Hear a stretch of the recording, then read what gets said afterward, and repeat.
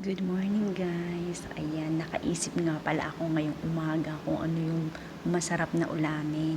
Saktong-sakto't wala yung amo ko umalis. Magpa-check up daw na naman.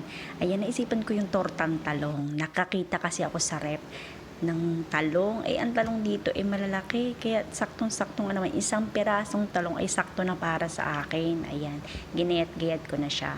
And then after that, yan, nilagay ko na yung mantika. Medyo painit-initin ng konti. Ayan. Sibuyas. Ayan. Marami nga palang sibuyas dito sa amin kasi dinamihan ko na ng sibuyas at yun daw yung pangpasarap. Pero ang totoo, mas masarap ako. Char. Hindi, totoo lang. Marami talagang sibuyas dito sa amin. Kaya naman nawili na din ako. Masarap na din kapag maraming sibuyas. At tapos, ayan. Sinamahan ko na siya ng garlic ba at ginger. Yun, English yun. Ayan, para daw mabango-bango, kasing bango ko. Dinagdagan ko pa ng konti para medyo malasa.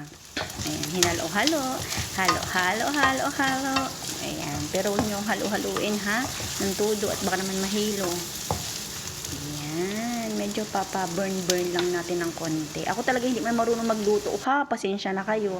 Ayan, binati ko na yung egg, tapos sinamahan ko pa siya ng sibuyas ulit doon. Ayan, tapos nilagay ko na yung talong, gisa-gisa ng konti, para medyo lumambot. Hindi ko siya ninilaga, kasi ang hirap magalaga pa ako. Pwede namang gisahin na lang. Tapos ginayat-gayat ko na siya ng maliliit, kasi ang hirap pag buo-buo. So, para mas mabilis siyang lumambot. Ganyan yung ginawa ko. Yan, nilagyan ko siya ng pampasarap daw. Magic sarap. Pero hindi siya magic sarap ang tawag dito. Hindi ko alam kung anong tawag dito dyan. Ayan, para medyo malasa. Kasing lasa ko.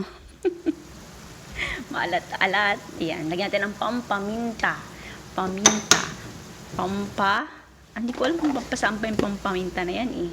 Kung para saan. Ayan, medyo, ayan, pakulo-kuloin natin.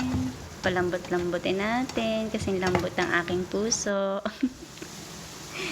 Ayan, pagkatapos niyan, ayan, baligtarin lang natin ng konti. Diyos ko, ano kaya ang lasa nito? Hindi ko talaga alam kung anong lasa nito. Hindi ko talaga alam. At ako talaga hindi man marunong magluto. Pasensya na kayo. Ito ay patsambahan lamang. At talagang sabi ko, parang anong sarap ng talong, ng tortang talong. Isaktot, anong dami sa rep namin. Ayan. Oo, di ba? Sa palagay ko, hindi wari talaga yan mabubuo. Naisip ko agad para waring durog-durog ang aking gawa na ito. Pero okay lang. Nilasahan ko naman siya. Masarap naman.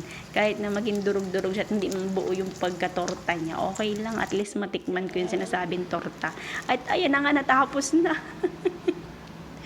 Hindi talaga siya perfect. Pero perfect ako para sa asawa ko. Char! Diba?